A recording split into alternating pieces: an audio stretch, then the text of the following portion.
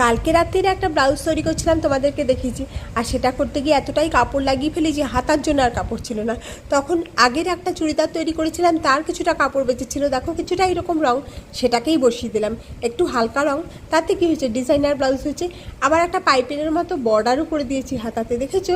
ব্লাউজটা কিন্তু সামনে থেকে দেখতে বেশ ভালোই হয়েছে, যদিও ছবিতে অত ভালো লাগছে না, মনে হচ্ছে অর্ডিনারি, কিন্তু দেখতে বেশ ভালো হয়েছে, মানে ঠিকঠাক হয়েছে আর কি। তারপরে আজকে তো সেই ব্লাউজটা পরেই অফিসে চলে গেলাম। এই দেখো পৌঁছে গেছি অফিসে। আর অফিসে গিয়ে 2:30 পর্যন্ত আমার যা যা কাজকর্ম ছিল সেগুলো সারলাম। সেরে নিয়ে তারপরে আজকে একটা প্রোগ্রাম ছিল একটা স্কুলে, আমি ভেবেছিলাম হাই স্কুলে, তারপরে গিয়ে দেখি না, এত প্রাইমারি স্কুল। সেখানে পৌঁছে গেলাম আমি আর ডক্টর আঢ্য, আমরা দুজনে পৌঁছে গেলাম। গিয়ে সেখানে ছিল আয়োডিন ডেফিসিয়েন্সি ডিজিজের উপরে একটা প্রোগ্রাম, সেগুলো বাচ্চাদের মায়েদেরকে বোঝাতে হবে।